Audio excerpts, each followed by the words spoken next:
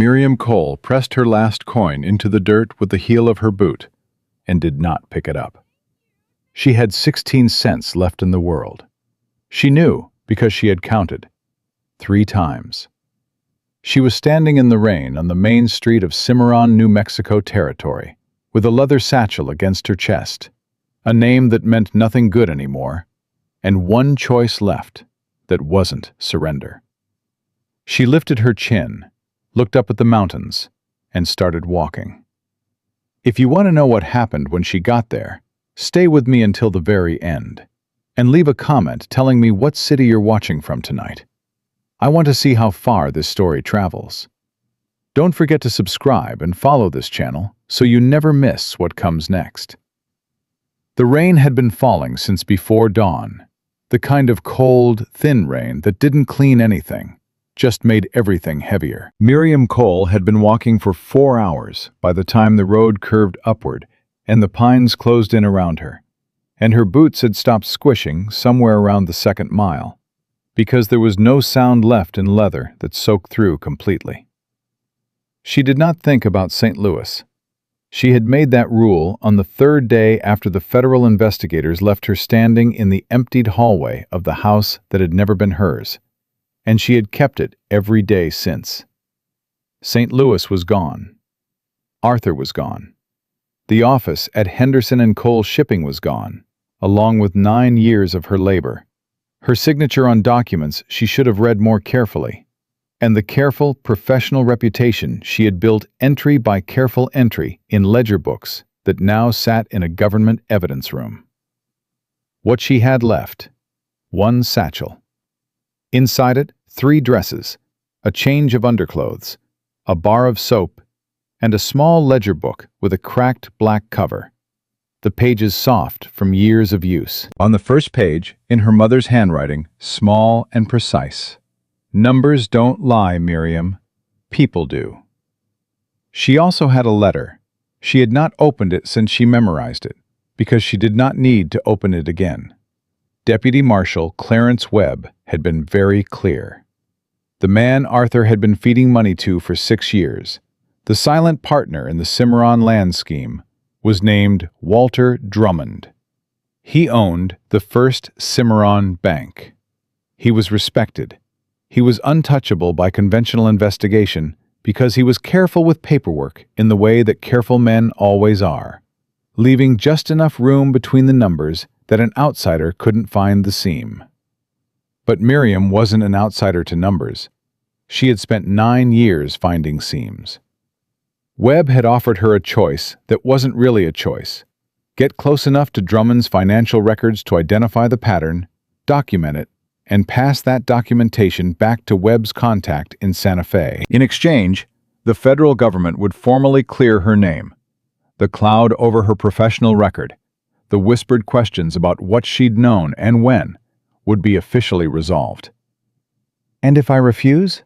she'd asked. Webb had looked at her with the expression of a man who already knew the answer. "Then you're a widow, in a city where your husband's name is a synonym for fraud, and you've got no references anyone will touch. I'm not threatening you, Mrs. Cole. I'm giving you a road." So she'd taken the road, literally, as it turned out. The Hale Ranch sat 7 miles northeast of Cimarron, according to the postal worker, who'd looked at her like she'd asked for directions to the moon. 2 men at the general store had told her it was closer to 9. A woman filling a bucket at the town well had said flatly, "You don't want to go up there. Ransom Hale doesn't take visitors." "Does he take workers?" Miriam had asked. The woman had studied her for a long moment. "He might take a cook. Lost his last one in August." She paused. "He's not a kind man." "I'm not looking for kind," Miriam said. "I'm looking for employed." That had been 4 hours ago. Her arithmetic on the walk had been something to focus on. If the postmaster said 7 miles, and the men at the store said 9, and the woman at the well said nothing useful about distance, but very useful about the nature of the man at the end of it, then the true number was probably 8.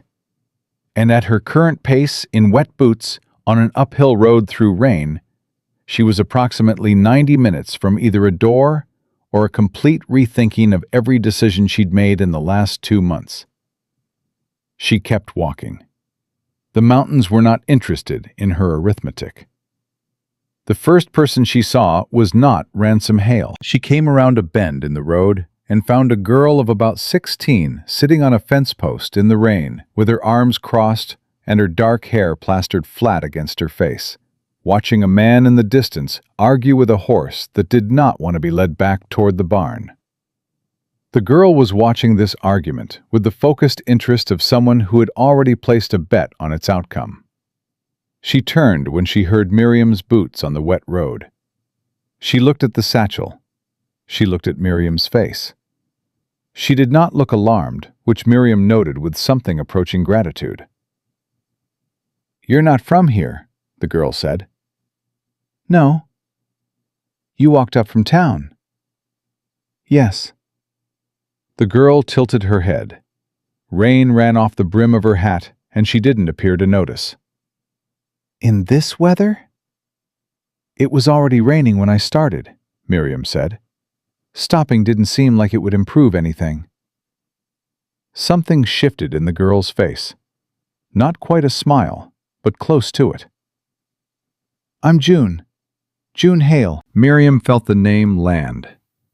Hale. "You're related to the man who owns this ranch." "He's my brother." June uncrossed her arms and dropped off the fence post, landing square in the mud without flinching. "Ransom's going to say no to whatever you're about to ask him." "I'm used to no." "He means it more than most people." "I imagine he does." Miriam shifted the satchel strap on her shoulder, feeling the familiar weight of the ledger book against her ribs. "I'm Miriam Cole. I'm looking for work. I was told your brother might need a cook." June looked at her for a long moment, the way young people look when they're deciding whether to trust someone and haven't yet learned to disguise the process. "Can you cook?" "Better than whoever he had before, most likely." "His last cook burned the beans and blamed the altitude." June paused. "He fired her after 2 days. He said altitude doesn't burn beans. People burn beans." "He was right," Miriam said. June nodded, as though this was the correct answer. "Come on, then. I'll take you to him." She started walking toward the argument with the horse, which appeared to have been conclusively won by the horse. "I should tell you, he's going to ask why you're here, and you should tell him the truth." Miriam kept pace beside her. "What makes you think I'd do otherwise?" "Most people lie when they're desperate," June said. "Ransom can tell. He used to be a detective. It's like a sickness he can't get rid of." Miriam stored that information carefully. Former detective, good at reading people. She adjusted accordingly. The man who turned at the sound of June's voice was not what Miriam had constructed in her mind on the walk up. She had been building, from the woman at the well's description and her own experience with men who controlled large amounts of land and other people's labor, a certain type. Broad, florid, loudly self-assured. The kind of man who managed things by being the biggest presence in any room. Ransom Hale was not that. He was tall and lean in the way of men who'd burned through everything soft a long time ago, and he looked at her the way she imagined he'd looked at evidence in his previous life, like he was already cataloging discrepancies. "Who's this?" he said, not to her, to June. "Mrs. Miriam Cole," June said. "She walked up from town. She wants to cook for us." "She walked up from town," Ransom repeated. His voice was flat and low, the kind of voice that was used to not having to raise itself.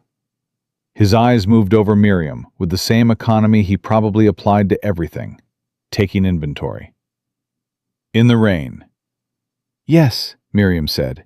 She had decided, walking the last quarter mile, that she was not going to perform helplessness.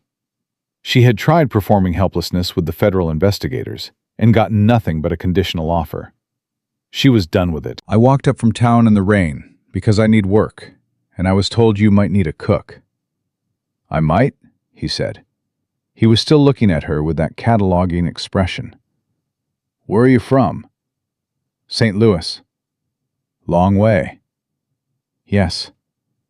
Husband? Dead. He let that sit for a moment. The rain continued.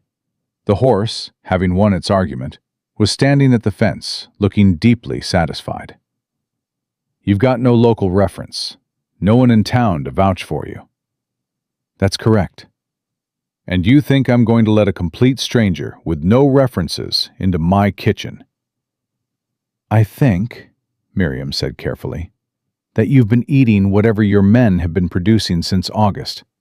And I think that's about 4 months of substandard food. And I think you're a man who's tired of it. I'm not asking you to trust me. I'm asking you to let me make you one meal. If it isn't worth keeping me, I'll walk back down the mountain and find somewhere else. Ransom Hale stared at her for long enough that June shifted her weight beside her. You'd walk back down, he said finally. I'd have no reason to stay if the work wasn't there. Most people, they get this far up the mountain in weather like this, they want someone to take pity on them. I don't want pity, Miriam said. I want a fair wage for honest work. Those are different things. Something moved behind his eyes. Not warmth exactly, but something more interesting than skepticism. He looked at June. June looked back at him with an expression of careful neutrality that suggested she'd learned it from watching him. Fine, he said. He turned back toward the barn, away from her. Kitchen's through the main house, back left. June'll show you. You've got until supper. He walked away. He didn't look back. That went better than I expected, June said quietly, and started toward the house. The kitchen had clearly been managed, at some point, by someone who understood what they were doing. The bones of it were right. The cast iron range large enough to handle a full crew's worth of food, the counter space generous, the pantry stocked with the serious provisions of a working ranch rather than a household. But 4 months of men cooking for themselves had left marks that Miriam recognized as the marks of people trying their best with the wrong tools. She didn't comment on any of it. She asked June what they had, got a straight answer, went into the pantry, and started thinking. He's going to be watching, June said from the doorway. Let him watch, Miriam said. She was looking at the flour, the salt pork, the onions, the dried beans, the preserved tomatoes from what must have been a summer garden, the eggs nested in straw in a wire basket. Not abundance, but more than enough. She had worked with less. She had worked with so much less. He watches everything, June continued. It's not rude, it's just how he is. He says you can't know something unless you observe it directly. He sounds like a man who got burned trusting second-hand information. June was quiet for a moment. Yes, she said. He was. Miriam came out of the pantry with what she needed and set it on the counter and got to work. June stayed in the doorway, and Miriam let her, because the girl was quiet in the way of people who understood that silence was a form of attention, and Miriam had always preferred that kind of company. She was 30 minutes into it when she heard boots on the wooden floor that weren't June's lighter step, and she knew without turning around that Ransom Hale had come to observe directly. She didn't turn. She kept working. She could feel his presence in the room behind her, the specific quality of attention that ex-investigators had, that particular kind of watchfulness that wasn't hostile, but wasn't comfortable either. It was the attention of someone looking for the thing that didn't fit. Salt pork and beans won't take long enough, he said. I'm not making salt pork and beans, Miriam said. Silence. What are you making? Come back in an hour and see. She paused. Or watch. I don't mind either way. But if you're going to watch, you might as well pull up that stool and ask whatever questions you were going to ask during supper. It'll save time. Another silence, longer than the first.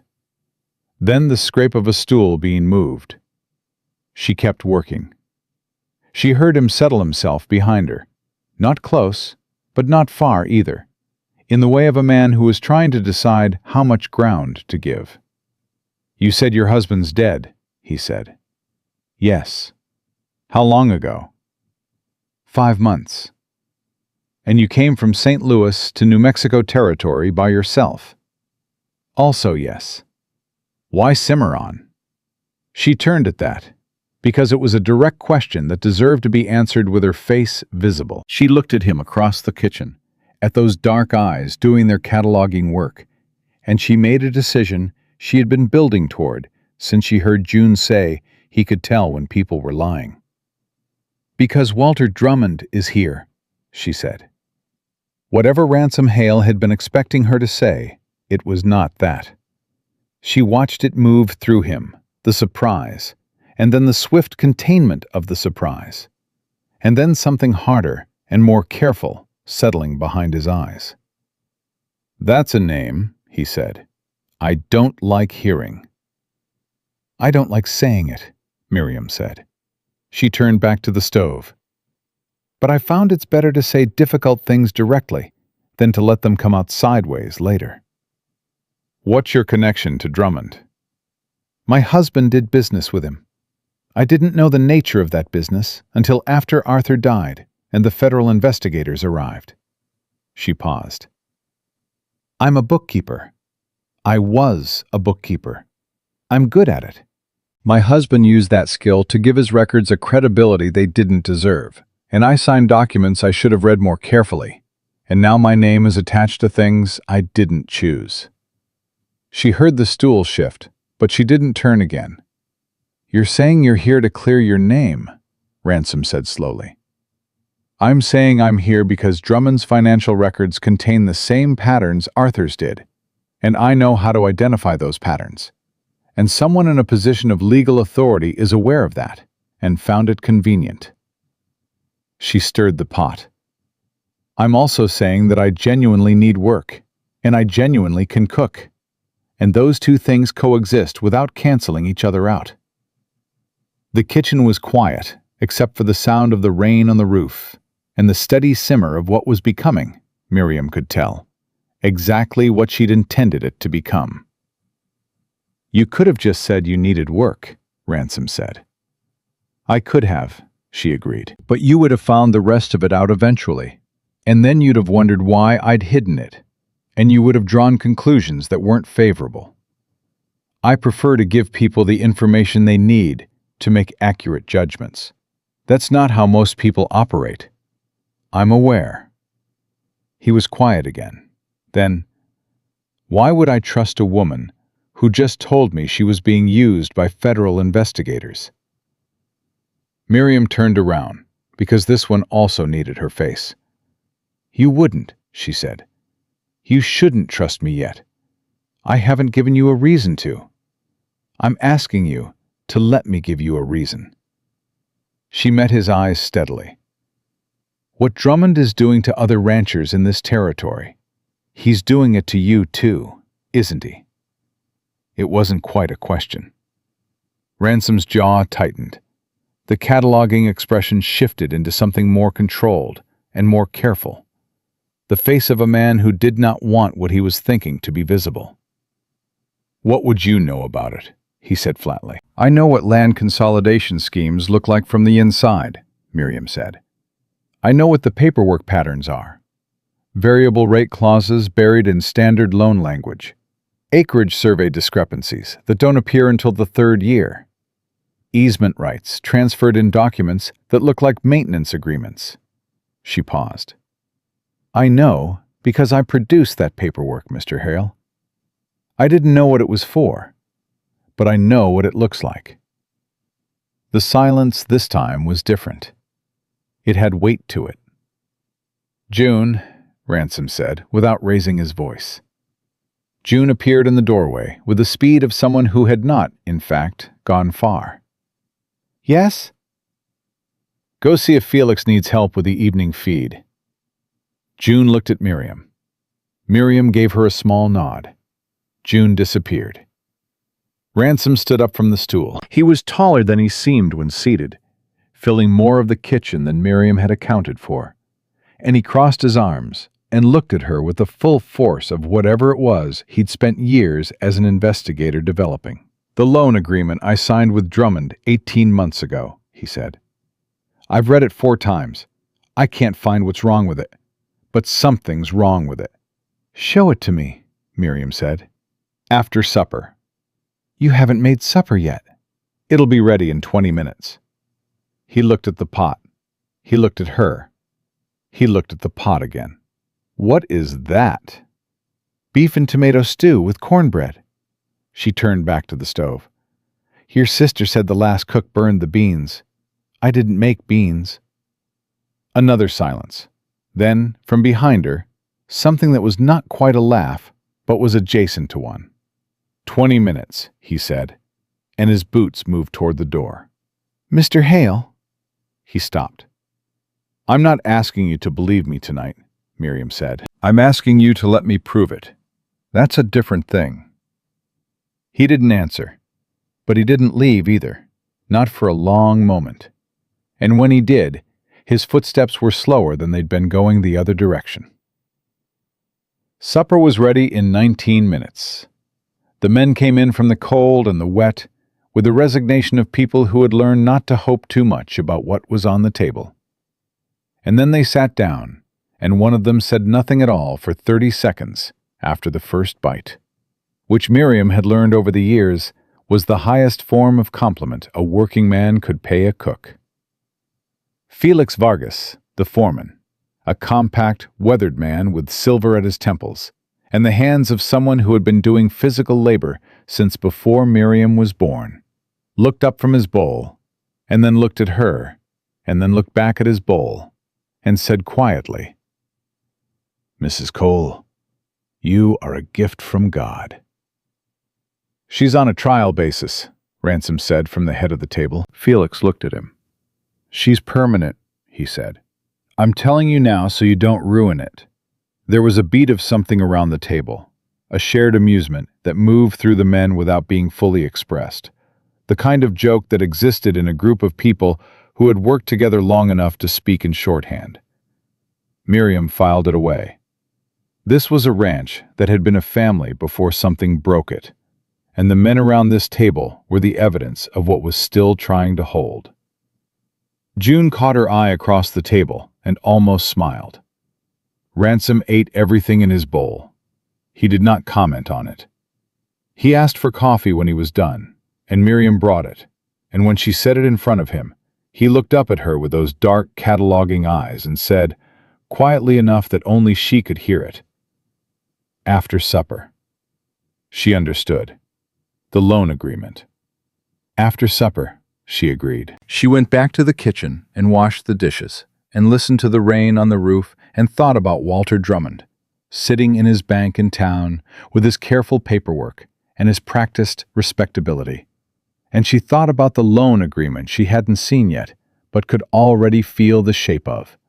The way you could feel the shape of a lie before you found the exact word that was wrong. She thought about Deputy Marshal Webb in St. Louis, who had handed her a road.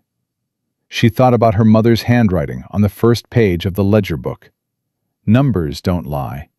People do. She dried the last dish and hung the cloth on the hook by the stove, and stood in the quiet kitchen of a ranch that belonged to a man who didn't trust her yet, in a territory where the man she was here to expose was respected and connected and dangerous, with 16 cents to her name and one skill that nobody around her fully understood she possessed. She was not afraid. She had been afraid back in St. Louis when the investigators arrived and Arthur's name turned to ash in her mouth, and the walls of the life she'd built came down around her. She had been afraid on the road to Cimarron. She had been afraid walking up the mountain in the rain. But here, in this kitchen, with the smell of a decent meal still in the air, and a man at the table who had asked to see a document because something in him already sensed she might be able to read what he couldn't. Here, Miriam Cole felt something clarify inside her, the way numbers clarified when you finally found the entry that didn't belong. She knew what she was here to do. She picked up the dishcloth one more time, dried her hands, and went to find Ransom Hale and the loan agreement that was going to tell her everything. The loan agreement was 12 pages long. Ransom spread it on the kitchen table after the men had gone to the bunkhouse, and June had been sent to bed with the particular firmness of a brother who knew his sister would press her ear to the hallway door anyway. He set a lamp at the center of the table and sat across from Miriam and said nothing, which she was beginning to understand was his way of beginning things. She pulled the document toward her and started reading. He watched her. She could feel it, that investigator's attention, tracking her face for reaction the way you tracked a witness for the moment they said something their eyes didn't confirm. She kept her expression even.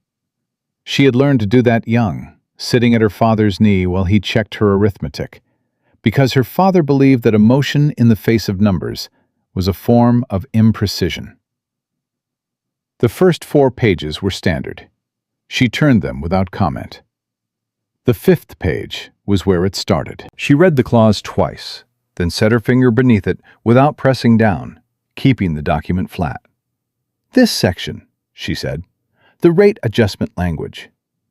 Ransom leaned forward. "I read that. It says the rate is fixed for the first 2 years. "It says the base rate is fixed," Miriam said. "Look at this phrase here. Subject to territorial assessment surcharge as determined by the lending institution in accordance with current land valuation schedules." She looked up at him. "That phrase doesn't modify the interest rate. It modifies the total obligation. Drummond can add a surcharge at any point, as large as he determines is appropriate, and call it a land valuation adjustment rather than an interest increase." Ransom was very still. "It's not illegal," Miriam said. "That's the sophistication of it. Every word is defensible in isolation." But the cumulative effect of this clause, combined with this one, she turned to page 8, which gives him the right to call the full loan balance due within 60 days if he determines the collateral has decreased in assessed value, means that he can manufacture a crisis at any time he chooses. He decides your land is worth less. He surcharges accordingly. He calls the balance. You can't pay in 60 days. You forfeit. The lamp between them flickered in a draft from somewhere and steadied. "He can do that whenever he wants," Ransom said. His voice was flat, but it was the flatness of a man pressing down on something, rather than the flatness of a man who felt nothing.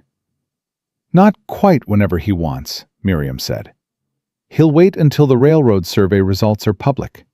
When people know the line is coming through this area, land values will spike. He'll claim your land is undervalued by comparison to projected railroad-adjacent properties, issue a surcharge based on that new valuation, and call the balance within 60 days of the announcement." "When's the survey being finalized?" "I don't know exactly, but Deputy Marshal Webb indicated it would be this spring." Ransom sat back. He looked at the document, and then at the lamp, and then at some middle distance that wasn't either of them.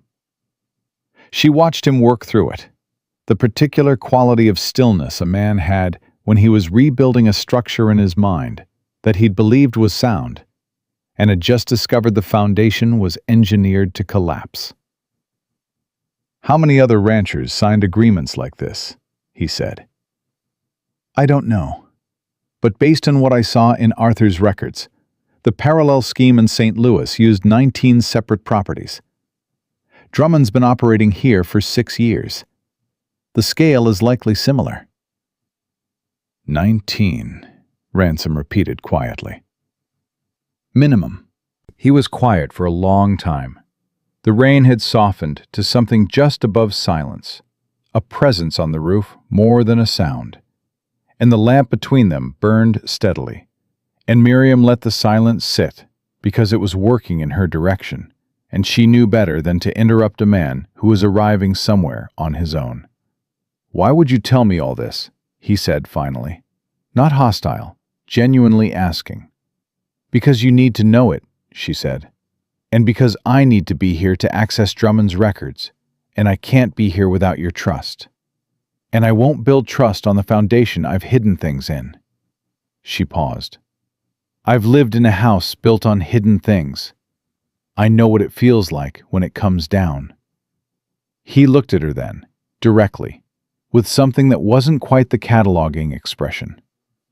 "Your husband." "My husband," she confirmed. "Did you love him?" It was a blunt question, the kind that belonged to someone who had spent years asking questions people didn't expect and watching what happened in the half-second before they assembled an answer. Miriam didn't look away from it. "I loved who I thought he was," she said. "I'm not sure that's the same thing."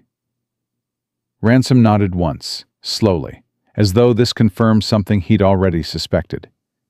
He pulled the loan agreement back toward himself and looked at page 5 for a long moment. "I need to think about this," he said. "Of course. You can sleep in the room off the kitchen. June will show you in the morning." He stood up. "Breakfast is at 5:30. "I'll be ready at 5. He picked up the lamp.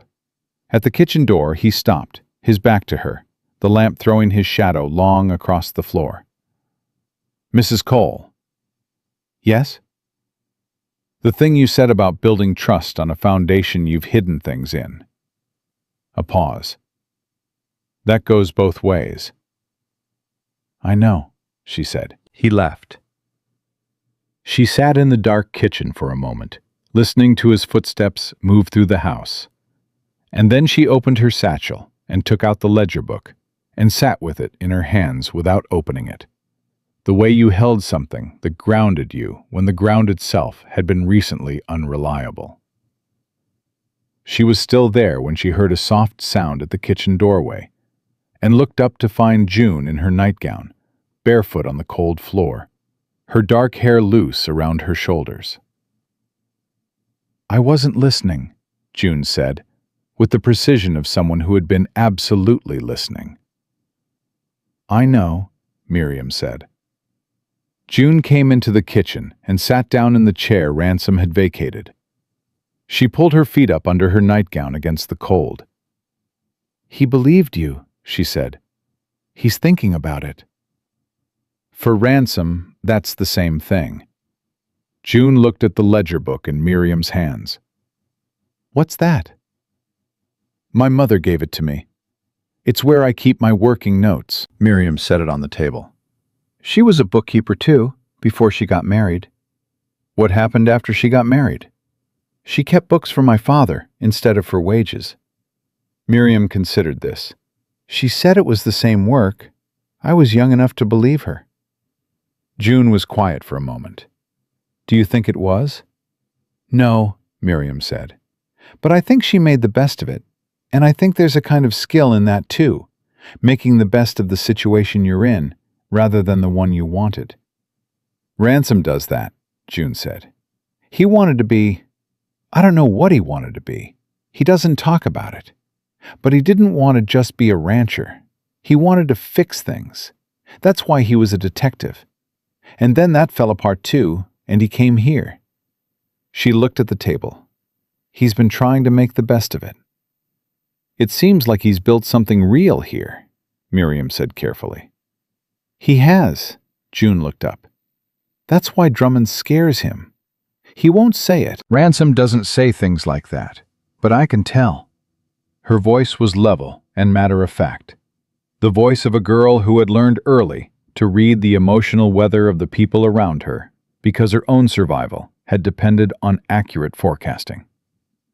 "He can't lose this place. He can't lose something else." Miriam looked at her. "What did he lose before?" June was quiet for a long moment, weighing something. "There was a woman," she said finally, "before he bought the ranch. A woman he'd been working with, someone who gave him information for a case he was building. He trusted her. The case fell apart. Someone paid the right people, the charges got dropped, and she disappeared. He never found out if she was safe or if she'd been... June stopped. He looked for 6 months. He didn't find her. Miriam absorbed this. A former detective who'd watched a case get buried by money, who'd lost track of a woman he was responsible for, who'd come to a ranch in New Mexico territory and built something with his hands. Because things built with hands didn't disappear the way cases and people did. And now Drummond was here, with his careful paperwork, engineering a different kind of disappearance. "Go to bed, June," Miriam said gently. "I'm not tired." "I know. Go anyway." June unfolded herself from the chair. At the doorway, she turned. "Mrs. Cole, are you actually going to be able to fix this? The loan and all of it?" Miriam looked at the loan agreement still spread on the table, at page 5 with its elegant, devastating clause, at the architecture of a trap that had been built to look like a doorway. "I don't know yet," she said, "but I know what I'm looking for. And I'm very good at finding things that are hidden in numbers." She paused. "Go to bed." June went. Miriam sat alone in the kitchen for another hour, reading the loan agreement again from page 1, making small, precise notes in her ledger book in the way her mother had taught her. Write what you see, not what you expect to see. By the time she folded it closed, she had 4 pages of notes, and the beginning of a shape she recognized. She had seen this shape before, in Arthur's records, in the documents she'd signed without reading, in the architecture of a system designed to extract value from people who trusted the paperwork because they have no reason not to. The difference was that this time she was on the other side of it. She went to sleep in the narrow room off the kitchen, with her ledger book under her pillow and the rain finally stopping outside. And she did not dream about St. Louis. In the morning, she was in the kitchen at 4:50, the range lit and the coffee on before 5.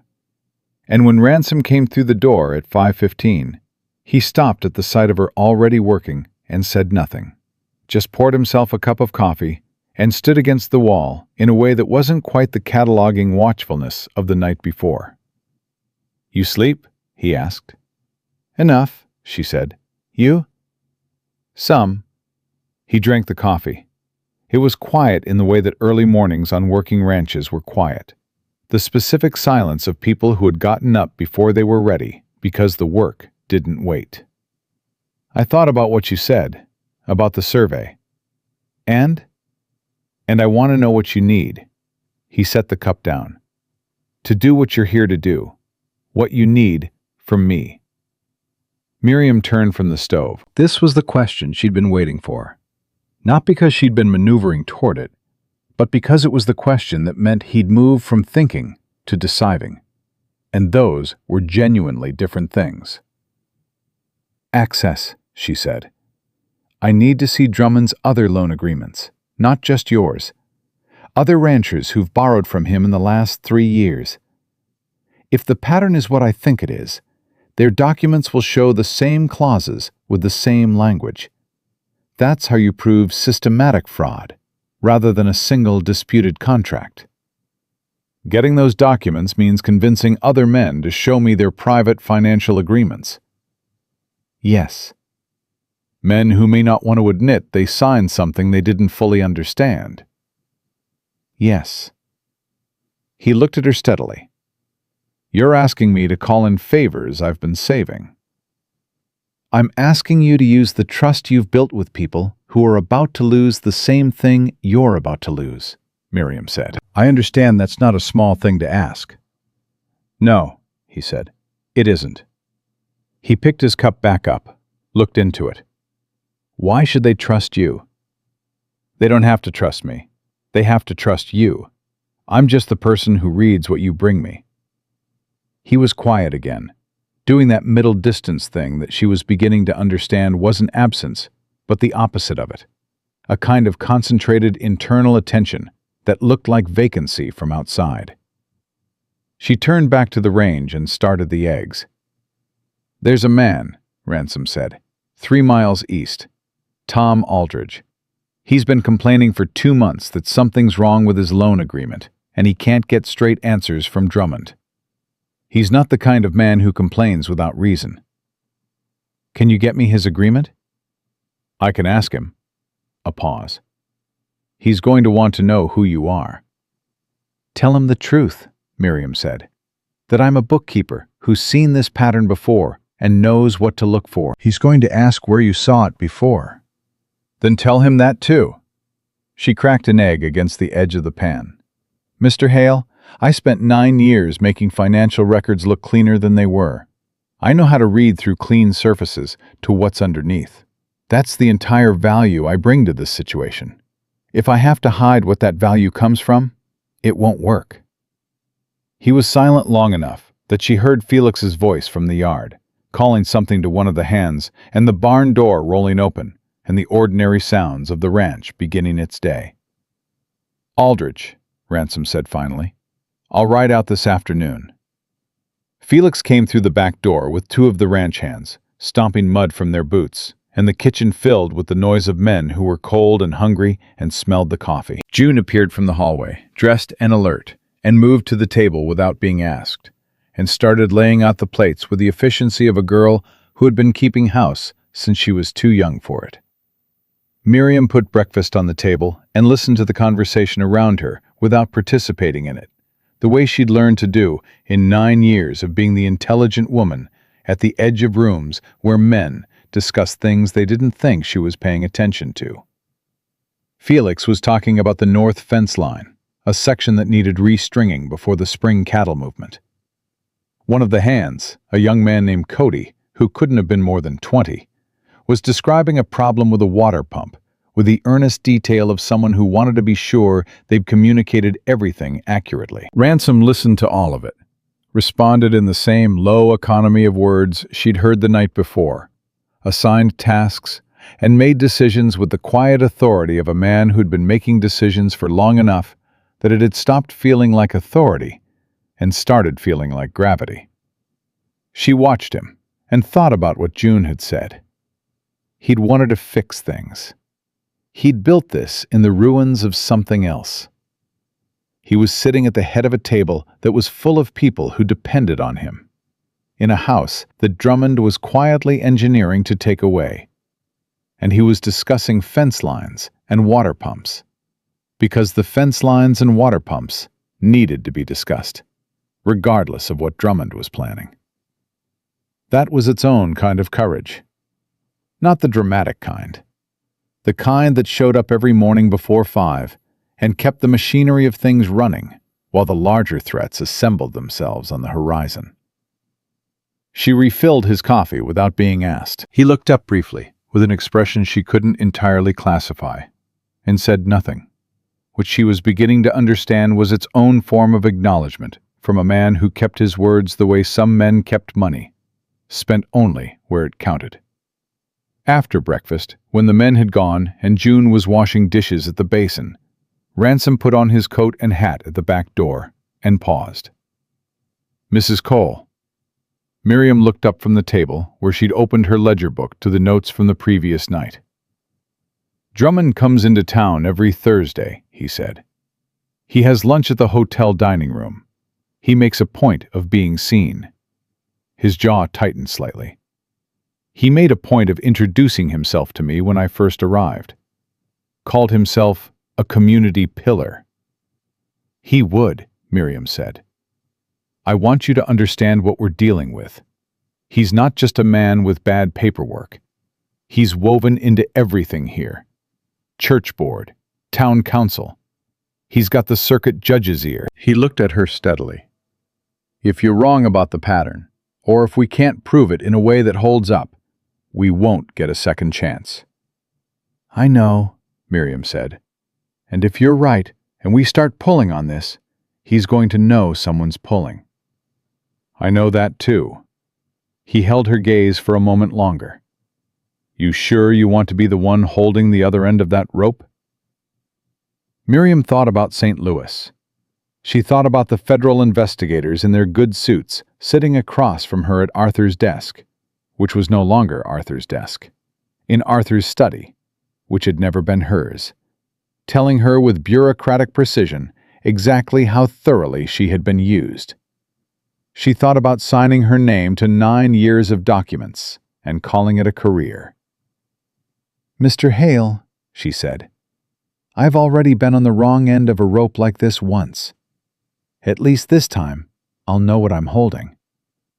He looked at her for one more moment. Then he put on his hat, pushed through the door, and was gone into the cold morning. And Miriam turned back to her ledger book and the precise, patient work of finding the truth buried in someone else's numbers. Tom Aldridge's loan agreement arrived on a Wednesday, folded inside a canvas envelope that Ransom set on the kitchen table without ceremony. The way he set everything down, as though the weight of a thing was its own announcement. Miriam was elbow deep in bread dough. She didn't stop. "How is he?"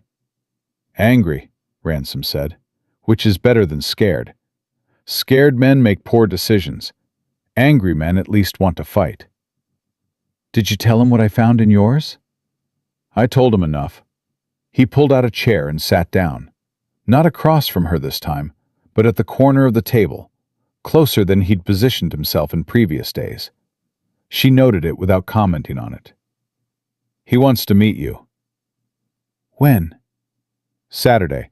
He'll come here. He doesn't want to be seen going to a lawyer or anyone official. Not yet." Ransom's jaw worked slightly. "He said, if you're right, he's got 2 other men he can bring in. Brothers named Purcell, who've been running cattle on the East Ridge for 11 years. Drummond got them to refinance 18 months ago. Same timing as mine." Miriam pressed her palms into the dough and turned it. "Same timing is significant. It means he was moving systematically, not opportunistically. He had a plan before the railroad survey was even proposed." "He knew about the railroad before it was public?" "Of course he did." She worked the dough another moment, then covered it and wiped her hands on her apron and pulled the canvas envelope toward her. She opened Aldridge's agreement and began reading standing up, the way her father had read the newspaper, as though sitting down for it would imply more time than it deserved. It took her 4 minutes. The clause was on page 6 this time, instead of page 5. Worded slightly differently, but structurally identical. She set her finger under it the same way she had with Ransom's document and said, "There." Ransom stood and came around the table to read over her shoulder. He was close enough that she was aware of the specific warmth of another person in a cold room. Something she hadn't been aware of in a long time, because she'd spent a long time being careful not to be. She kept her eyes on the page. "Same language," he said quietly. "Almost exactly. The phrase territorial assessment surcharge becomes regional valuation adjustment. But the mechanism is identical. Drummond, or his lawyer, is careful enough to vary the terminology between documents, so a casual comparison wouldn't flag it. But the underlying structure is the same." She straightened. "With 2 agreements showing the same structure, it's a pattern. With 4, it's a system. With more than that, it's conspiracy." Ransom stepped back, giving her room. She turned and found him looking at her with an expression she hadn't seen on him before. Something more open than the cataloging watchfulness. Not quite trust yet, but the shape of the space where trust might eventually sit. "You knew all this before you saw the second document," he said. "I suspected it. Suspicion isn't evidence." "No," he agreed, "but it's a start." He moved back to his chair. "Saturday, then. Can you have something ready for the table? Aldridge responds better to conversations that happen over food." Miriam almost smiled. "Most people do." "He'll bring his wife if she's well enough. She's been sick this winter." "What does she like?" Ransom blinked, as though the question had arrived from an unexpected direction. "I don't know." Find out, Miriam said, before Saturday. He looked at her for a moment, and she saw him recalibrate something. Absorb the information that a person might think about the comfort of a sick woman when planning a meeting about financial fraud. That those two things could coexist and even support each other. All right, he said. June appeared in the doorway with mud on her boots and her hat pushed back on her head, the look of a girl who had been doing outdoor work and found it satisfying. She looked at the loan agreement on the table, and then at Ransom, and then at Miriam. Is it the same? June, Ransom said, I heard you talking from the hallway. She came into the kitchen without apology and looked at Miriam directly. Is it the same as Ransom's? Yes, Miriam said. June sat down at the table. How many others? That's what we're trying to determine. Felix said there are maybe a dozen ranchers within 20 miles who've taken loans from Drummond's bank in the last 2 years. June folded her hands on the table with the composure of someone presenting information at a meeting.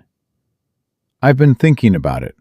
If they all have the same clauses, and the railroad survey comes out in the spring, Drummond could trigger all of them at once. 1 month, everyone's fine. Next month, 12 ranches are in default simultaneously. Ransom looked at his sister. How long have you been thinking about this? Since Mrs. Cole told you about the survey, June said simply. It's not complicated arithmetic, Ransom. It's just arithmetic. Miriam looked at the girl, at the steady intelligence behind those dark eyes, and thought about her mother's voice. Numbers don't lie. June, she said, do you know the families? The other ranchers? Some of them. I went to school in town before we came here. The Purcell boys have a sister my age. She paused.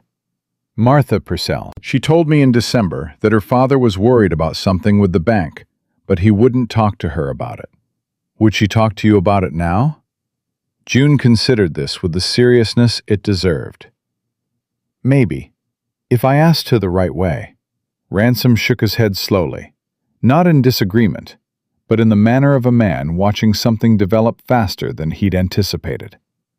I didn't come here to build a case against Walter Drummond, he said, more to himself than to either of them. I know, Miriam said, but you spent 6 years building cases before you came here. That doesn't go away. He looked at her sharply. June told me, she said. Not an apology, a fact. He held her gaze for a moment and then let out a slow breath. What June didn't tell you is why I stopped. He was quiet for a beat. I built the biggest case of my career in Santa Fe. Took 14 months, documented everything, had testimony, had financial records, had 3 witnesses willing to go on the record. He stopped. The man I was investigating was connected to the territorial governor. 2 of my witnesses recanted. The 3rd one disappeared. The records I'd gathered were ruled inadmissible on a procedural technicality that didn't exist when I submitted them. His voice was even and controlled, in the way of someone who had said these words before, privately, to work through them, and had arrived at a place past anger into something colder. The man I was investigating gave a speech at the Cattlemen's Association dinner 3 weeks after the charges were dropped. I was in the room. He shook my hand. The kitchen was very quiet. Drummond, Miriam said carefully. Is he connected to the governor? Not that I know of, but I don't know everything about this territory. I've been trying not to. A pause. That was the point of the ranch. To stop needing to know. Miriam understood something then, the full shape of what she was asking him to do, not just to take a legal risk or call in favors. She was asking him to go back into the machinery that had ground him down once before, in a different territory, under a different name. She was asking a man who had built a life on the deliberate decision not to fight anymore, to pick the fight back up. She sat down across from him. June, reading the room with her particular accuracy, stood and went to check on the bread dough without being asked. Mr. Hale, Miriam said. "If you tell me to stop, I'll stop. I'll find another way to access Drummond's records, and I'll leave you out of it as much as I can." She paused. "But I think you already know that's not really possible. Your loan agreement is the clearest evidence I have, and Drummond is going to move against you, regardless of whether you fight him, because that's what the clause is designed to do." "I know that," he said quietly. "So the only question is whether you go down without trying, or whether you go down fighting. And if you go down fighting, whether you have any chance of winning." She met his eyes. "I think there's a chance. The difference between Santa Fe and this is that you have the financial documentation before the case is built, not after. Drummond can't make a loan agreement retroactively inadmissible if it's already in four men's hands." Ransom was still for a long moment. Then he said, "Deputy Marshal Webb, your contact in Santa Fe. You trust him?" "I trust that his interests align with mine for the moment," Miriam said carefully. "That's not the same as trust, but it's workable." Something that might have been the beginning of a grim smile crossed his face and disappeared. "That's the most honest thing anyone has said to me about law enforcement in 6 years. I've had reason to be precise about the distinction." He stood up and went to the window and looked out at the yard for a moment, the posture of a man making a decision or confirming one he'd already made. When he turned back, his expression had settled into something new. Not the cold distance of the first night, or the careful watchfulness of the days since, but something more direct, more present. "Saturday," he said. "Aldridge and whoever he brings. We hear what they have. We look at the documents. If the pattern holds, we contact Webb." He looked at her steadily. "And we do this right. Every step documented. Nothing that can be thrown out on a technicality."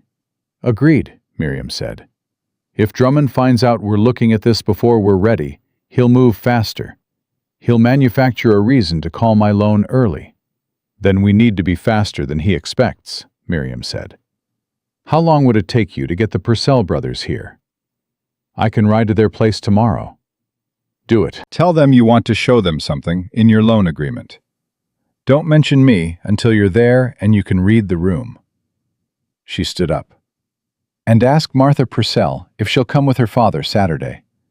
June will want someone her own age in the house."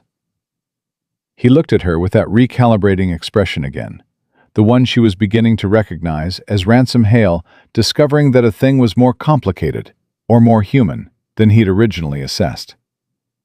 "You do that a lot," he said. "Do what?" "Think about what people need that isn't the thing they asked for." Miriam thought about 9 years of reading a room from the edge of it, of understanding the texture of a meeting from the coffee cups and the silences and the things left off the agenda. "I spent a long time being the person everyone forgot was paying attention," she said. "You learn to be useful in ways that don't require being noticed."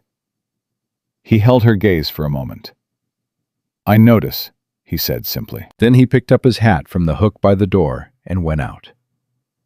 She stood in the kitchen after he left and felt the specific weight of those 2 words, the way they landed differently from compliments she'd received in her life, which had generally been about her appearance or her efficiency or the quality of her work as it benefited someone else.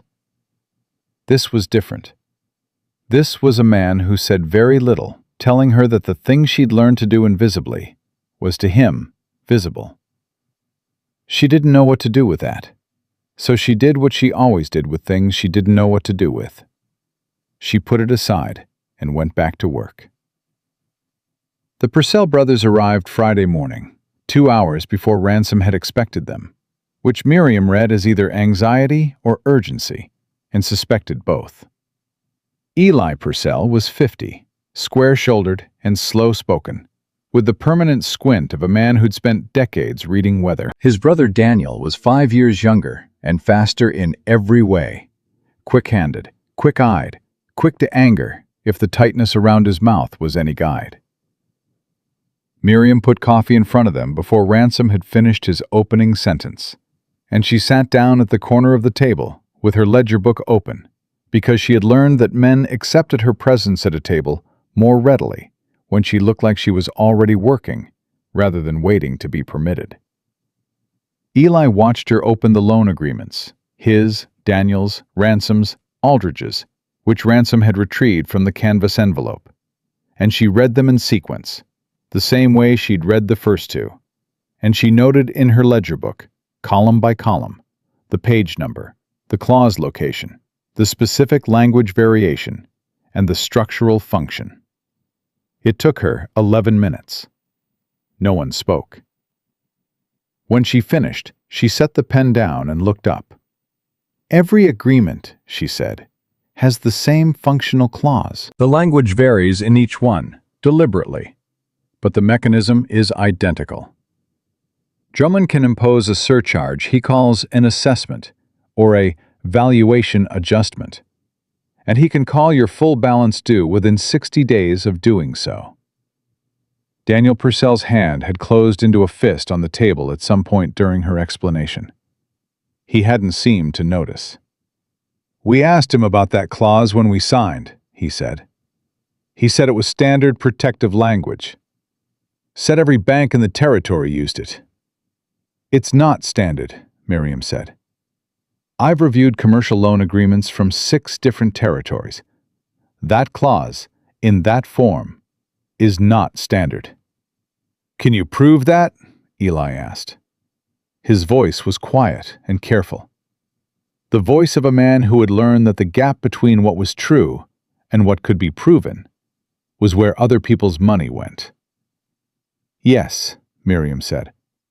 "I can pull copies of standard agreements from banks in Santa Fe, Albuquerque, and Denver. The comparison will be clear." She paused. "But that's evidence for a legal proceeding. Before we're there, I need to know if there are other ranchers with agreements from Drummond's bank. The more we have, the stronger the case." Eli and Daniel looked at each other. Something passed between them, the particular shorthand of brothers who'd been working together long enough that entire conversations happened in a glance.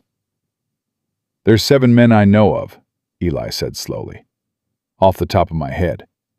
Men who took loans from First Cimarron in the last 2-3 years. Would they come Saturday?" Daniel looked at Ransom. "You vouching for her?" "I'm vouching for what she found," Ransom said. "That's the same thing." Daniel held his gaze for a moment, measuring. Then he nodded. "I'll ride out today. Eli, you take the north properties. We'll see who shows up tomorrow." After they left, June came in from wherever she'd been keeping herself with the focused discretion she applied to adult conversations she'd been asked not to participate in, and began clearing the coffee cups with the air of someone waiting to be told things. "7 more," Miriam said. "I heard."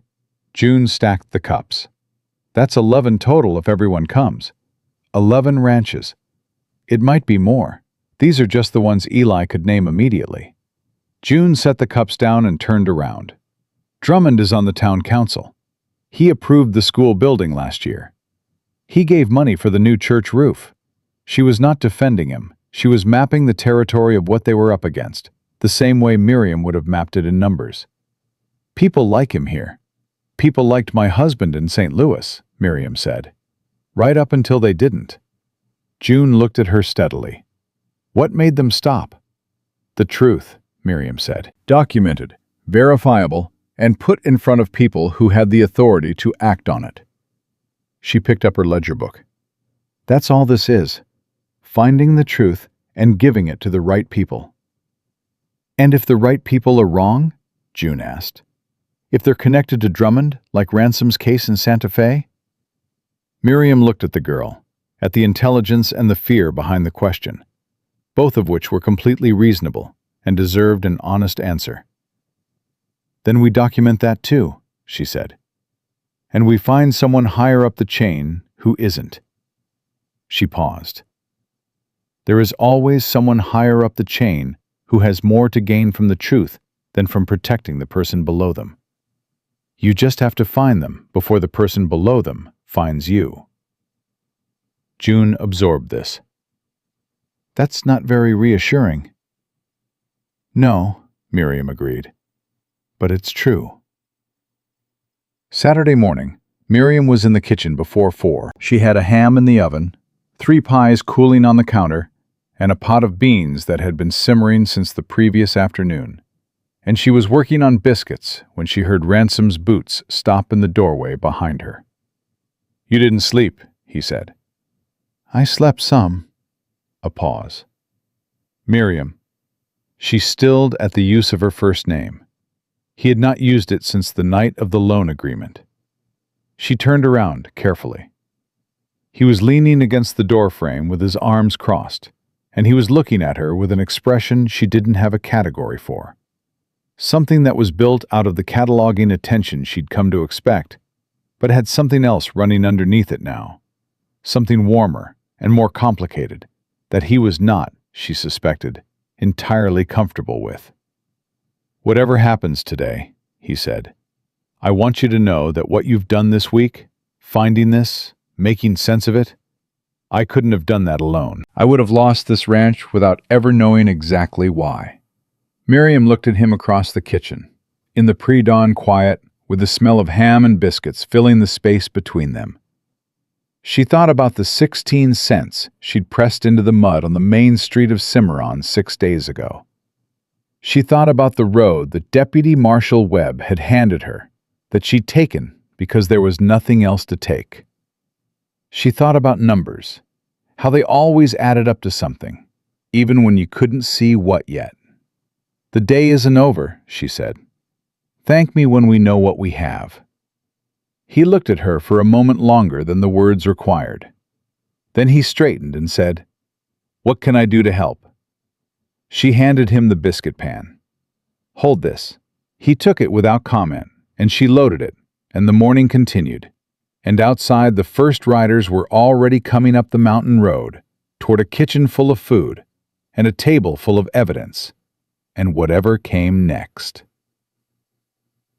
9 men came up the mountain that Saturday morning, which was 8 more than Ransom had allowed himself to expect when he'd ridden out 2 days before, with nothing but the truth and the hope that it would be enough to get people out of their houses and into a room together. They came in 1s and 2s over the course of an hour, tying horses at the fence rail and coming through the kitchen door, because Ransom met each of them there, and that was where the smell of ham and fresh biscuits was strongest. And Miriam had understood from 9 years of watching men in rooms that the way you got a frightened man to sit down and listen was to feed him first and talk second.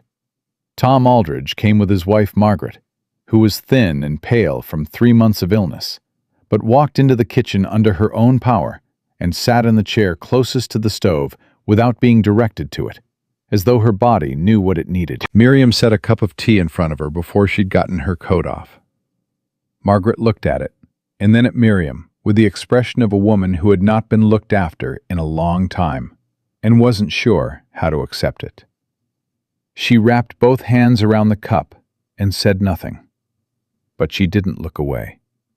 The Purcell brothers brought 2 men Miriam didn't know, a rancher named Gideon Hart, who was somewhere in his 60s and moved with the deliberate care of someone managing pain, and a younger man, maybe 30, named Cal Briggs, who had the restless energy of someone who'd been wanting to do something about a problem for a while and hadn't known what. June brought Martha Purcell into the parlor without ceremony, 2 girls finding each other in a house full of adults having a conversation that concerned them.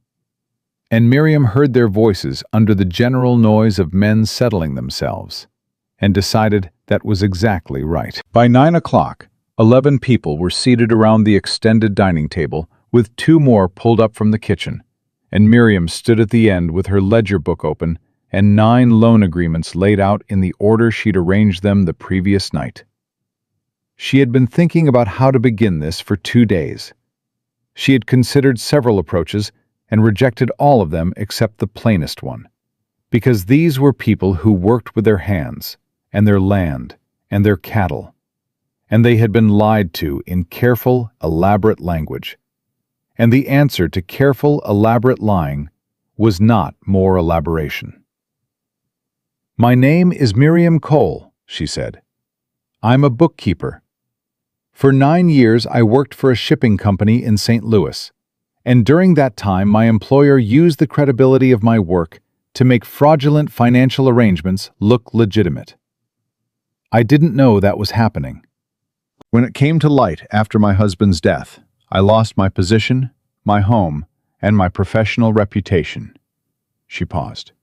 "I'm telling you this because you should know who I am before you decide whether to trust what I'm about to show you.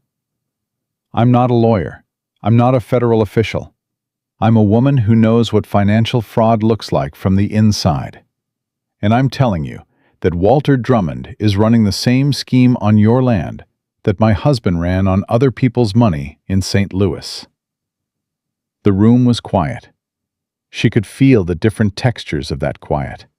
Aldridge's anger, the Purcell brothers' focused attention, Hart's cautious skepticism, Briggs's readiness.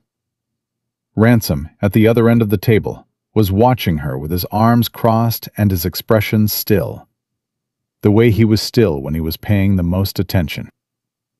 "I'm going to show you something in your own documents," she said, "and then I'll show you what it means." She walked them through it. Not quickly, not condescendingly, but with the same precision she'd applied to 9 years of ledger entries, taking each agreement in turn, locating the clause, reading the language, and then explaining in plain terms what the language allowed Drummond to do. She used their own numbers, their own acreage, their own loan amounts, to show each man individually what his exposure was when Drummond decided to pull the mechanism. Gideon Hart stopped her halfway through his agreement. "I asked about that clause," he said, "when I signed. Drummond's man told me it was protective language for the bank against depreciation. He said it would never be triggered as long as I kept current on my payments." "You are current on your payments?" Miriam asked. "Never missed one." "That won't matter," she said.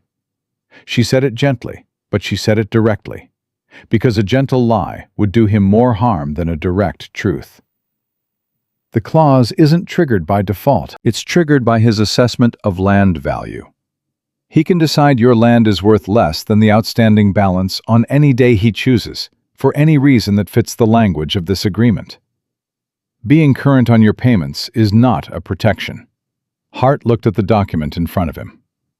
He was a man who had been working land for 40 years, and he looked at that piece of paper with the expression of someone who had just understood that the thing he'd trusted to protect him was the thing designed to take everything from him. "Son of a..." Briggs started. "Cal," Eli Purcell said quietly. Briggs stopped, but his jaw was tight. Miriam gave them a moment. She had learned that too, in 9 years of watching men receive bad financial news, that you had to give a room space to absorb something before you could move it in any direction. She went to the kitchen and brought back the coffee pot and refilled cups and set it on the table. And the small domestic action did what it was meant to do, gave hands something to do and eyes somewhere to go while minds caught up. Ransom spoke for the first time since she'd begun. "What's the timeline?" "The railroad survey is expected to be finalized this spring," Miriam said. "Once the route is confirmed and the land values along the corridor are reassessed, Drummond will have the basis to trigger the valuation adjustment clause in every one of these agreements simultaneously. He'll issue the surcharges. The adjusted balances will exceed what any of you can pay in 60 days, and he'll foreclose on 12 ranches in one action." She looked around the table. "The land along a confirmed railroad corridor is worth 10 to 20 times its current value. He would be acquiring it at default prices." The room was very quiet again, but it was a different kind of quiet this time, the quiet of people doing arithmetic in their heads and arriving at the same answer. "How do we stop him?" Margaret Aldridge asked. Every head turned. She was sitting in her chair by the stove with both hands still around her teacup, and she was looking at Miriam with the directness of a sick woman who had run out of patience for anything but the relevant question. "We document the pattern, And we get it to federal authorities before he moves, Miriam said. I have a contact with the deputy marshal's office in Santa Fe. He's been building a case against Drummond's network, but he needs financial evidence that shows systematic intent rather than individual disputed contracts. What we have in this room is that evidence. She looked at Margaret, then around the table. I need each of you to allow me to make a copy of the relevant clauses from your agreements and add them to a comparative analysis I'm preparing. I need signed statements that you were verbally assured these clauses would not be triggered as long as you maintained payments. And I need you to not discuss this with anyone outside this room until I tell you it's safe to do so. How long? Aldridge asked. 2 weeks, possibly less. And if Drummond moves before 2 weeks? Daniel Purcell asked. Then we move faster, Miriam said. Briggs leaned forward with his elbows on the table. What's stopping Drummond from finding out we're doing this? He's got friends in town. People talk. People in this room can choose not to, Ransom said. It was the voice he used when something wasn't a suggestion. Briggs looked at him for a moment and then leaned back. Fair enough. They worked through the rest of the morning at the table, Miriam moving from agreement to agreement, copying language into her ledger with the quick, precise handwriting she'd developed over years of transcription, asking questions and recording answers and building the comparative structure she needed with the same methodical attention she'd given to a decade of ledger books. The men talked among themselves, haltingly at first and then more freely, the way people talked when they discovered they'd been carrying the same weight in isolation and could finally set it down among others. Hart told them he'd been sick with worry for 4 months, waking at 3 a.m, running numbers that never added up right and not understanding why. Briggs admitted he'd gone to a lawyer in Cimarron in December and been told the agreement was perfectly standard. The Purcell brothers had been sharing the cost of that same lawyer, it turned out, and received the same assessment. Who's the lawyer? Ransom asked, with the precise tone of someone already knowing they wouldn't like the answer. Fowler, Eli said. James Fowler, office on the main street. Ransom and Miriam looked at each other across the table. She saw him arrive at the same conclusion she was arriving at. A lawyer who told 9 separate clients that a fraudulent clause was standard wasn't making a mistake. He's connected to Drummond, Ransom said flatly.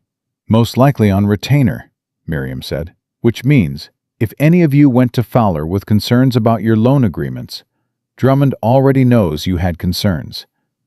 He may have been watching the timeline more carefully than we thought. That landed in the room like a stone in still water.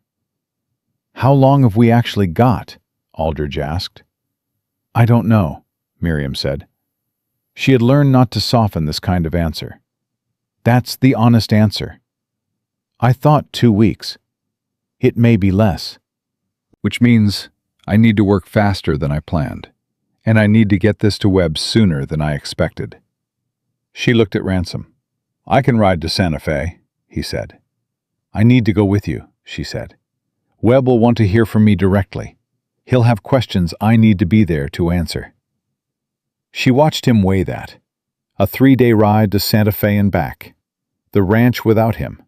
The exposure of being on the road with documents that Drummond's people might be watching for. She saw all of it move through his expression in the brief moment before he controlled it. All right, he said. Tuesday. We'll leave Tuesday. After the men had gone, taking their documents and their instructions and their anger in measured, careful quantities back down the mountain, Miriam sat at the cleared table with her ledger book and did not move for a while. The house settled around her. June and Martha's voices from somewhere toward the back, Felix's boots on the porch. The ordinary sounds of a ranch afternoon. Ransom came back in from seeing the last riders off and stood in the kitchen doorway looking at her. You all right? I'm thinking. About? Fowler, she said. If he's been reporting to Drummond, Drummond knows at least some of those men have been worried about their loans. He might move up his timeline regardless of the railroad survey. He might not wait for external justification if he thinks people are getting close to the mechanism. She tapped her pen against the ledger book. We may have less than a week. Ransom was quiet. He came into the kitchen and pulled out the chair across from her. The corner chair he'd settled into during that first conversation over the loan agreement. Close without being crowding, and sat in it with his forearms on the table. Then we leave Monday, he said. The ranch? Felix can run the ranch. He's done it before. He looked at her steadily. The ranch doesn't matter if Drummond takes it. She nodded. Monday, then. He didn't move to leave. She'd noticed this about him in the days since the first night, that he didn't fill silences with noise, and that when he stayed in a room after the practical business of being there was done, it meant something. She waited. My case in Santa Fe, he said. The one that fell apart. The woman who disappeared. He was looking at the table, not at her. Her name was Eleanor Marsh. She worked for the man I was investigating. She came to me voluntarily. She said she had records that proved what he'd been doing. He paused. I kept her name out of the official file to protect her. When the case collapsed and the charges were dropped, I went to find her. She was gone. Landlady said she'd left in the middle of the night with 2 bags and no forwarding address. Miriam waited. I told myself she'd been smart enough to run before they could get to her, he said. I told myself she was safe somewhere, but I never knew. He looked up. I still don't know. She understood what he was telling her, not the story of Eleanor Marsh specifically, but what it meant that he was telling it. The particular vulnerability of a man explaining why he was afraid of something he wasn't going to let stop him. I'm not going to disappear in the night, she said. I know that. He held her gaze. But Drummond isn't my husband. He's not just a man who lies to people close to him. He's a man who's been running a deliberate criminal scheme for 6 years, in a territory where he's got the lawyer, probably the local judge, and enough community standing to make accusations look like attacks. He paused. If he finds out what you're doing before we get to Webb, he won't just make your professional life difficult. The words sat between them plainly. She appreciated that he'd said them plainly. I know the risk, she said. I know you know it. He was quiet for a moment. I'm not asking you to be less afraid of it. I'm just telling you that I know it's there, and I'm not going to pretend otherwise. Miriam looked at him across the table in the afternoon quiet of the kitchen, and thought about 9 years of a man who had pretended otherwise, who had covered difficult truths with charm and reassurance, and the specific cruelty of making her feel foolish for sensing something was wrong. Ransom's version of reassurance was acknowledging the danger and sitting across the table from her anyway. It was different. It was so fundamentally different that she felt the difference in her sternum. A warmth that she registered and then set carefully aside because they had work to do, and she had learned not to build on feelings she hadn't finished examining. Monday morning, she said. Monday morning, he confirmed. He stood, and she thought he was going, but instead, he reached across the table and put his hand briefly over hers, the same way she'd seen him steady a nervous horse, firm and undemanding, and just long enough to communicate something that didn't have a word. Then he picked up his hat and went out to the yard.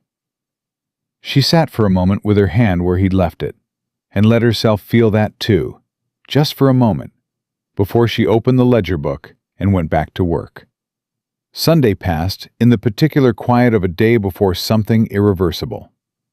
Miriam finished her comparative analysis, 11 agreements cross-referenced in 4 columns, showing page number, clause variation, verbal misrepresentation, and financial exposure. She wrote a summary in the clearest language she could manage, the kind of language that didn't require legal training to understand, because she'd learned that evidence which couldn't be explained to 12 ordinary people was evidence that wouldn't survive a courtroom.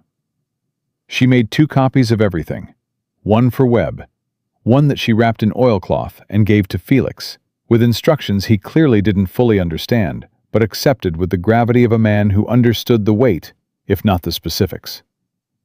June found her in the kitchen that evening, doing the wrapping.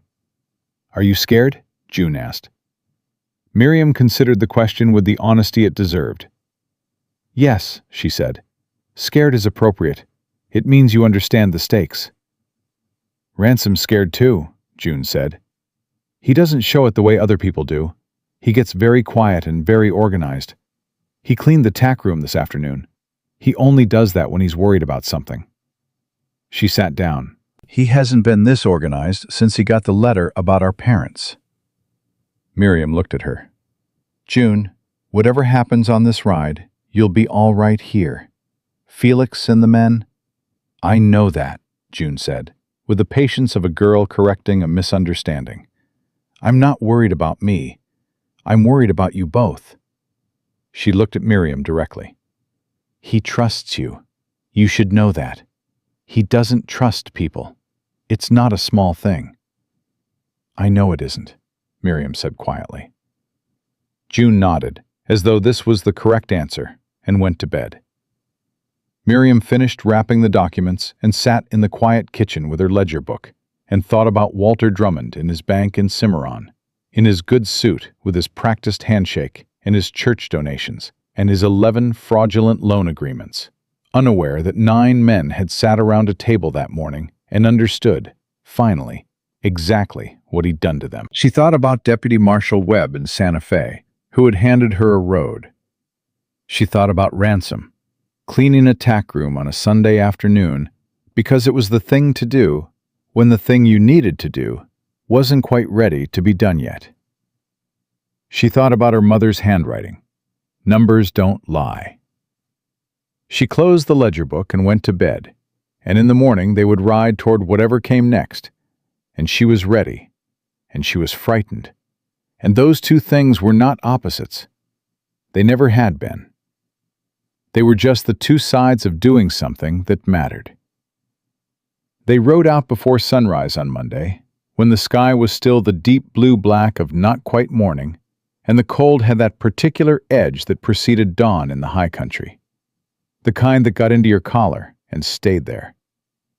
Felix held Miriam's horse while she mounted, and he did it with the quiet dignity of a man performing a task he understood mattered, without needing to be told why. June stood on the porch, with her arms crossed and her dark hair loose, watching them go with an expression that was trying very hard to be neutral and not quite managing it. Ransom didn't look back.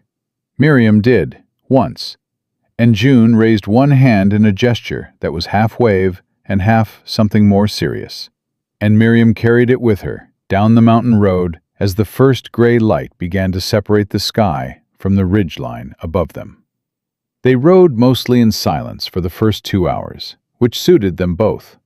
Miriam had the oilcloth packet of documents in her saddlebag and her ledger book inside her coat against her chest, the leather cover warm from her body heat, and she was aware of both, as she would have been aware of something vital, the way you were aware of your heartbeat when things got quiet enough to hear it. Ransom rode slightly ahead on the narrow sections, and pulled even with her when the road widened, and she noticed that he positioned himself consistently on the side from which the terrain dropped away, not in front of her, not protecting her from an imagined threat, just placing himself where the ground was less certain. She didn't comment on it. It was the kind of thing you noticed when you were paying attention to someone. And she had been paying attention to Ransom Hale for 10 days, with the same precision she applied to financial documents. And what she kept finding was a man who meant every small thing he did.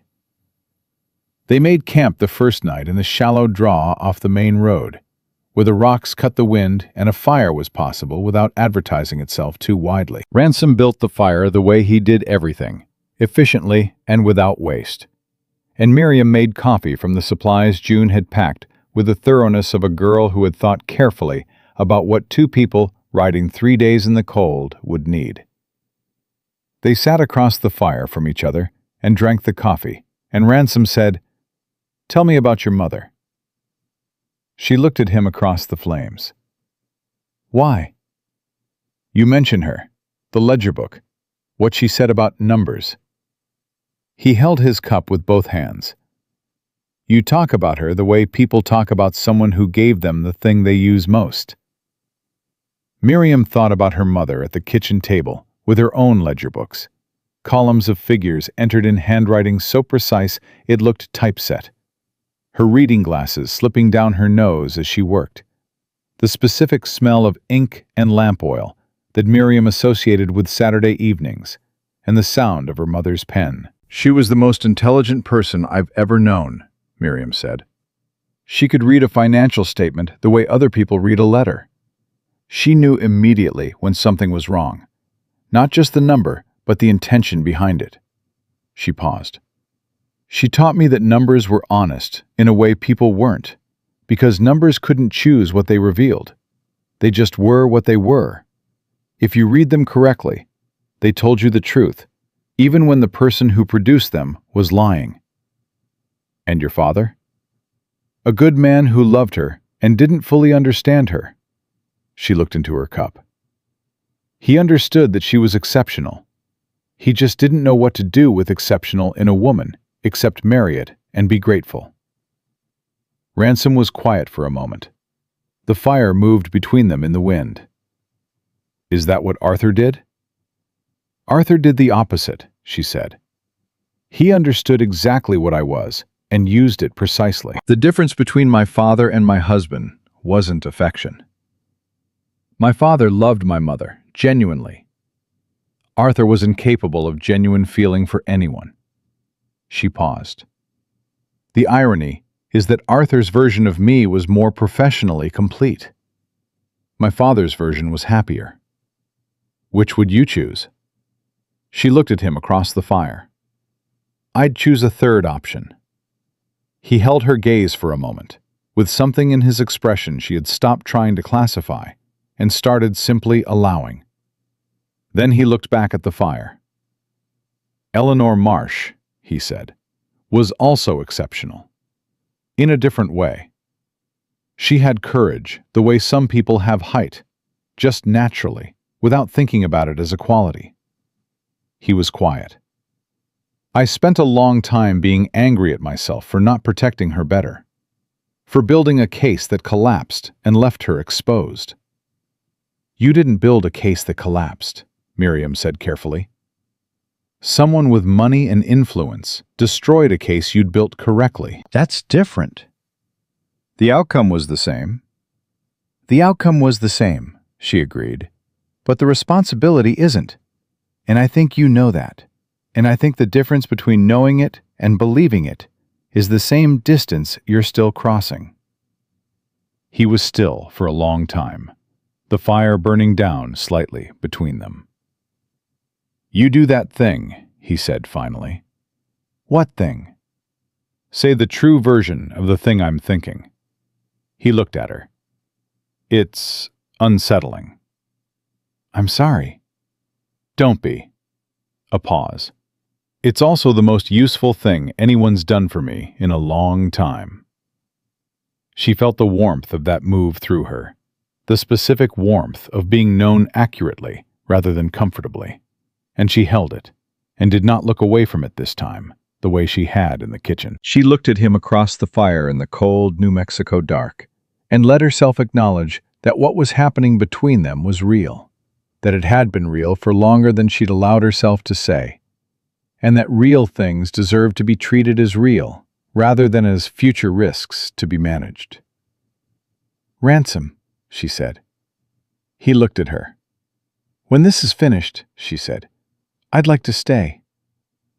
The fire crackled. He was very still. In that way he was still when he was paying maximum attention. At the ranch? Yes. As the cook? As whatever makes sense, she said.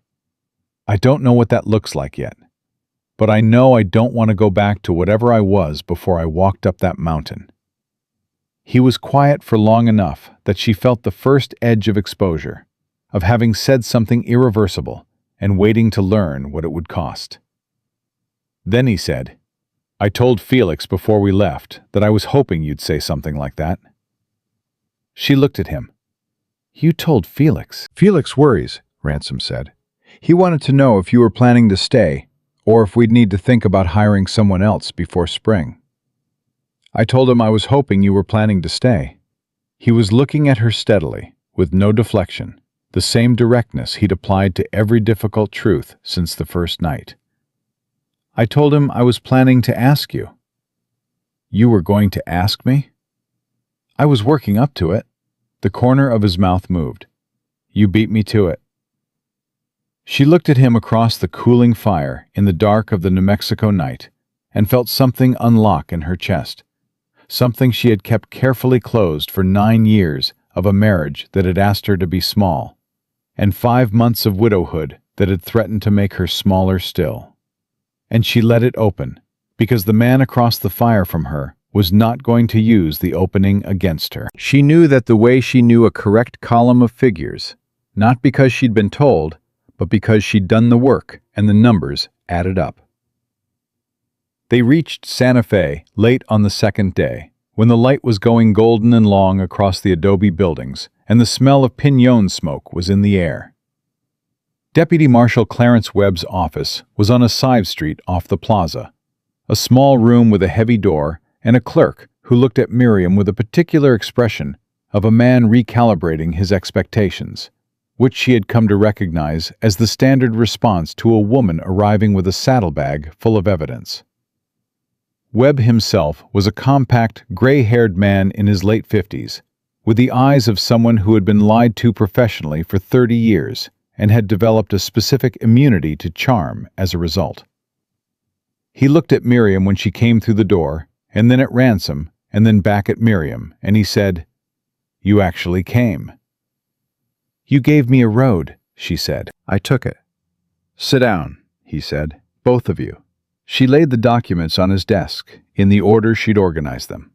The comparative analysis first, then the individual agreements with the relevant clauses flagged, then her ledger notes with the cross-references, and then the signed statements from 9 men attesting to the verbal misrepresentations they'd been given when they signed.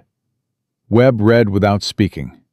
He read for 22 minutes by the clock on his wall, and Miriam sat with her hands folded in her lap and waited, because she had learned that the hardest part of presenting evidence was the silence after you put it down, the period where it was no longer yours to control. Ransom sat beside her and did not fidget, which she was grateful for.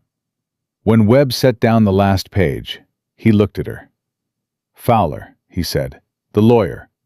On retainer, I believe. Possibly a partial interest in the land scheme? You'd need his financial records to confirm." "I've had my eye on Fowler for 2 years," Webb said. "Couldn't get traction. He's careful." He tapped the stack of documents. "This gives me traction." "It gives you a pattern," Miriam said. 11 agreements, identical mechanism, coordinated verbal misrepresentation. That's conspiracy to commit fraud, and the scale of the railroad land acquisition makes it a federal matter. "I know what it is, Mrs. Cole." But he said it without offense. He looked at Ransom. "Hale, I know your name." "I imagine you do," Ransom said. "Santa Fe case, 3 years ago." Webb looked at him, with the assessment of one professional examining another. "You built a solid case. What happened to it wasn't your failure." "I know that now," Ransom said. "Took you long enough." Webb looked back at Miriam. "The agreement you had with my office was for documentation sufficient to move against Drummond's network. This," he gestured at the documents, "exceeds that.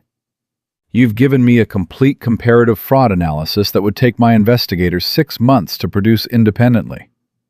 He paused. "Your record is cleared as of today. I'll have the paperwork filed before you leave Santa Fe." Miriam felt it land. The thing she'd walked toward for 5 months and 1,100 miles. And she was surprised to find that it landed quietly rather than dramatically. A settling rather than an explosion. The way the right answer felt when you'd been carrying a wrong equation for a long time, and finally found the error. "What happens to Drummond?" she asked. "I'll have a federal warrant within the week. His bank accounts will be frozen pending investigation.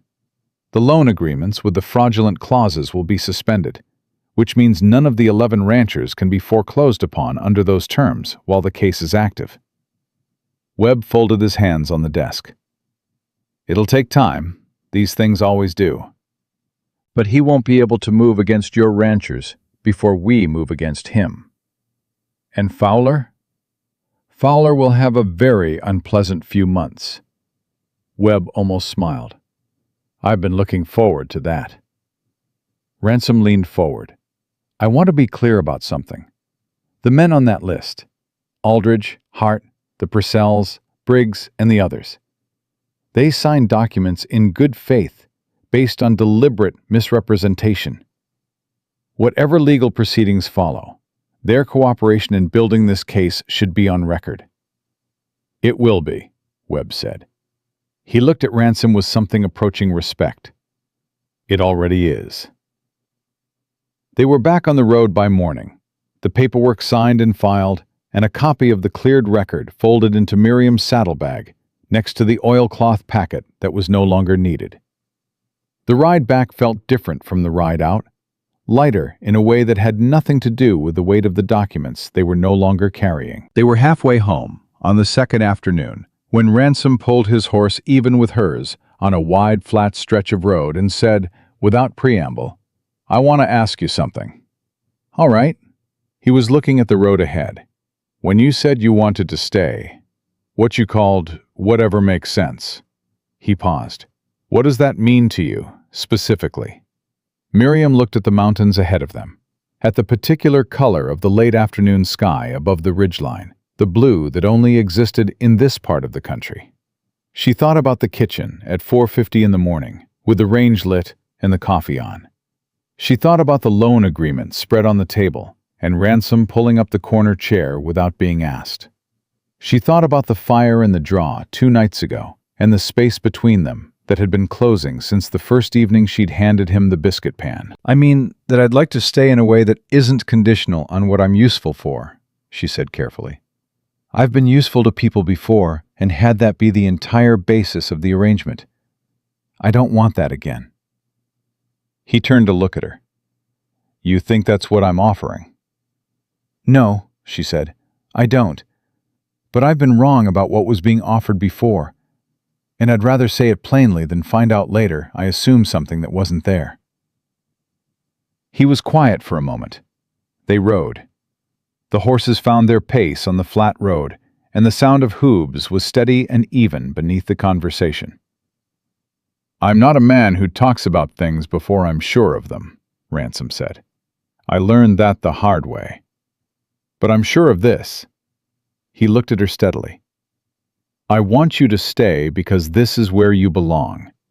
Not because of what you can do. Because of who you are when you're doing it." He paused.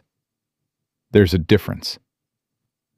"I know there is," she said quietly. "I knew it when you sat down at that table Saturday morning and talked to 9 frightened men like they were people worth telling the truth to," he said. "I knew it when you told Webb your own history before he could use it against you because you'd rather control the damage than be surprised by it. I knew it when you put tea in front of Margaret Aldridge before she'd even gotten her coat off." His voice was even and unhurried, the voice of a man delivering a report on something he'd observed carefully. "You see people, not what they can give you, just people." She looked at him. The afternoon light was in his face, and his eyes were dark and direct, and she thought about what June had said, that he didn't trust people, that it wasn't a small thing. "Ransom," she said. "Yes. Ask me what you were working up to asking." He looked at her for a long moment on that flat road in the afternoon light, the mountains ahead and the long country around them, and then he said, "Will you marry me, Miriam?" Not with the trembling urgency of a man who'd rehearsed it. Not with flourish or decoration. Just the words, offered plainly, the way he offered everything, as though the truth of it was sufficient and required no improvement. She thought about 16 cents pressed into the mud on the main street of Cimarron. She thought about walking up a mountain in the rain with a satchel against her chest and nothing else that counted. She thought about the woman who had spent 9 years making herself useful and small, and had walked into a kitchen in New Mexico territory and been seen, fully and accurately, by a man who did not see people casually. "Yes," she said. He reached across the space between their horses and took her hand, not urgently, but with the same steady certainty with which he did everything, and held it for a moment. And then the road narrowed, and he let go, and they rode on. And the mountains came closer with every mile. The ranch came into view as the sun dropped behind the western peaks, the way it had the first time she'd seen it. The valley below golden, and the buildings solid against the sky. But it looked different now. Not because it had changed, because she had stopped being someone who was looking at it from outside, and had become, somewhere in the 10 days since she'd walked through the kitchen door, someone for whom it was simply home. June was on the porch. She had clearly been watching the road, because she was standing and not sitting. And when she saw them coming down the track, she stayed where she was, with her arms at her sides. And Miriam could see the careful composure of a girl holding herself very still so she wouldn't run. Felix came out of the barn. 2 of the hands came around the side of the house. They all stopped and watched. Ransom dismounted at the fence rail and came around to Miriam's horse and held it while she dismounted, which he had not done before, and which was not about her inability to dismount without help. She understood the difference. June came off the porch at a walk that was trying not to be a run, and she stopped in front of Miriam and looked at her face, reading it with that particular accuracy she brought to everything. "It worked," June said. "It worked," Miriam confirmed. June closed the remaining distance and put her arms around Miriam with the directness of a girl who had decided something and was not going to be restrained by uncertainty. And Miriam held her back and felt the thin shoulders and the fierce grip and thought about all the families that got built from pieces that had no obvious reason to fit together. When June stepped back, her eyes were bright. She looked at her brother.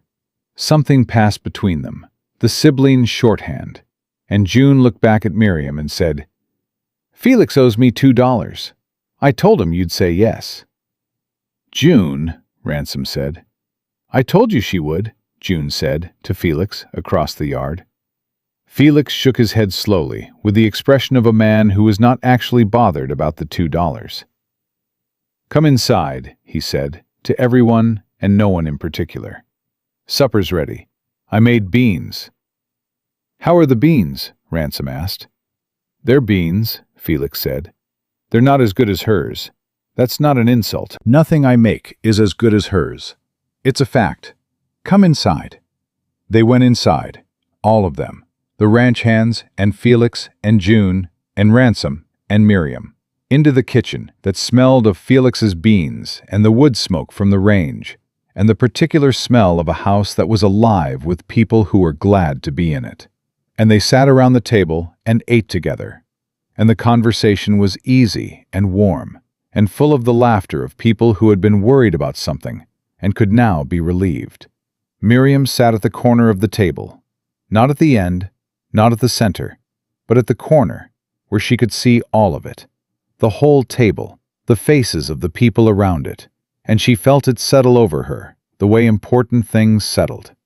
Not dramatically, not in a single moment, but in the accumulative weight of 100 small, true things, pressing gently in the same direction. She had walked into this valley with nothing, and the wrong definition of nothing. She had believed that nothing meant the absence of money, reputation, security, the visible architecture of a life that looked like something from outside. She had not understood that those things were never the structure. They were the decoration. The structure was what she'd carried up the mountain in a cracked leather satchel and against her chest in a ledger book with her mother's handwriting on the first page. She had carried the structure all along. She simply hadn't had a place to build with it until now. After supper, when the table was cleared and the hands had gone to the bunkhouse, and June had taken herself to bed with the graceful tact she applied to moments that belonged to other people, Miriam stood at the kitchen window with a cup of coffee and looked out at the dark yard and the mountains beyond, barely visible against the night sky. Ransom came and stood beside her, close enough that their arms touched, and looked out at the same darkness. "Drummond will know by the end of the week," she said. "Yes." "He'll be angry." "Let him be." His voice was even and final. "He'll be angry in a courtroom, which is the correct place for it." She turned her head to look at his profile in the lamplight, the harsh lines of a face that had been carved by years she hadn't been there for, and had learned anyway, in the 10 days since she'd knocked on his door, to read as clearly as she read the columns in her ledger book. "I used to think," she said, "that the worst thing Arthur did was take the money and the house and the reputation. I've changed my mind." He turned to look at her. "The worst thing he did was convince me that my own judgment was unreliable," she said.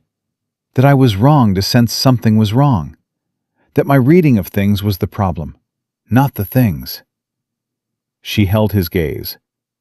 "You've never once suggested my reading was wrong." "Your reading isn't wrong," he said. "It's the most accurate thing I've encountered in 6 years of looking for accurate things." She looked at him for a moment longer.